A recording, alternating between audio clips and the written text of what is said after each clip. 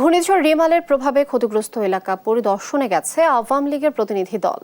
এই মুহূর্তে দুর্গত এলাকায় আছেন সহকর্মী শরীফুল্লাহ কায়েসের সুমন। সরাসরি যুক্ত হচ্ছেন তিনি আমাদের সঙ্গে। সুমন, ঘূর্ণিঝড় রিমালের প্রভাবে ক্ষতিগ্রস্ত ব্যক্তিরা কি সাহায্য সহযোগিতা পেয়েছেন কিনা, কি তথ্য আছে আপনার কাছে এই মুহূর্তে? রিমাল পরবর্তী সময়ে কিন্তু আসলে সাতক্ষীরা অঞ্চলে সেভাবে কিন্তু সহায়তা পেতে আমরা দেখিনি। মূলত এখন ক্ষয়ক্ষতি নিরূপণের কাজটি হচ্ছে।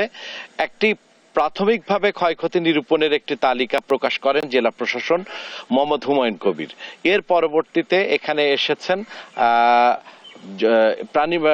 একই সাথে আওয়ামী লীগেরও একটি প্রতিনিধি দল আসছেন।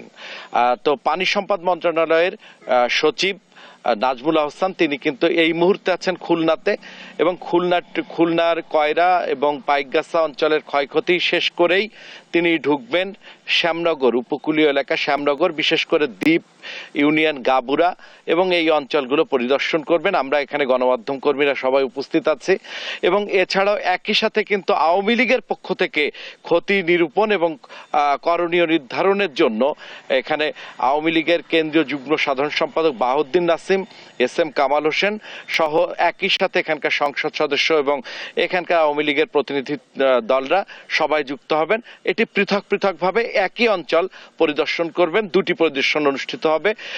তারা আসা মাত্রই আমরা লিনিয়া আপনার মাধ্যমে যুক্ত করার চেষ্টা করব, এবং তারা যেটি জানাবেন এবং যে করণীয় যেটি বলবেন আমরা অবশ্যই আপনার মাধ্যমে আমরা জানাতে পারবো। এই ছিল সর্বশেষ।